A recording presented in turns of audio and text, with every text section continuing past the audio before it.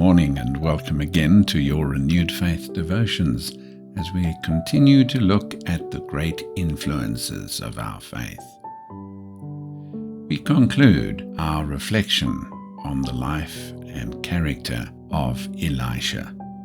And so from 2 Kings chapter 13, I read from the Net Bible. Now, Elisha had a terminal illness.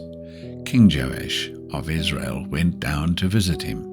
He wept before him and said, my father, the chariot and the horsemen of Israel." Elisha told him, "Take a bow and some arrows," and he did so. Then Elisha said to the king of Israel, "Aim the bow." He did so, and Elisha placed his hand on the king's hand. Elisha said, "Open the east window," and he did so. Elisha said, "Shoot," and he did so. Elisha said, "This arrow symbolizes the victory the Lord will give you over Syria. You will annihilate Syria in Aphek." Then Elisha said, "Take the arrows," and he did so. He told the king of Israel, "Strike the ground." He struck the ground 3 times and stopped. The prophet got angry at him and said, "If you had struck the ground 5 or 6 times, you would have annihilated Syria. But now you will only defeat Syria 3 times. Elisha died and was buried. Moabite raiding parties invaded the land at the beginning of the year. Some of the men were burying a man when they spotted a raiding party. So they threw the dead man into Elisha's tomb. When the body touched Elisha's bones, the dead man came back to life and stood on his feet. Elisha died when he was about 80 years of age.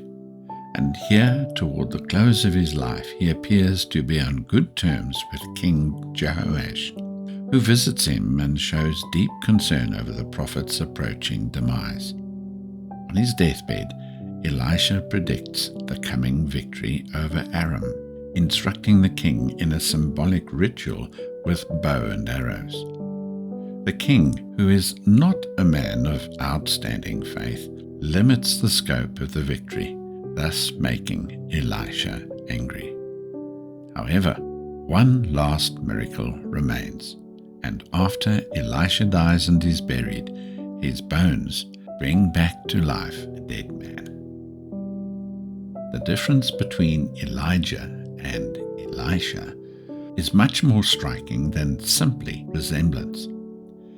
Elijah is the prophet of the wilderness, rugged and austere.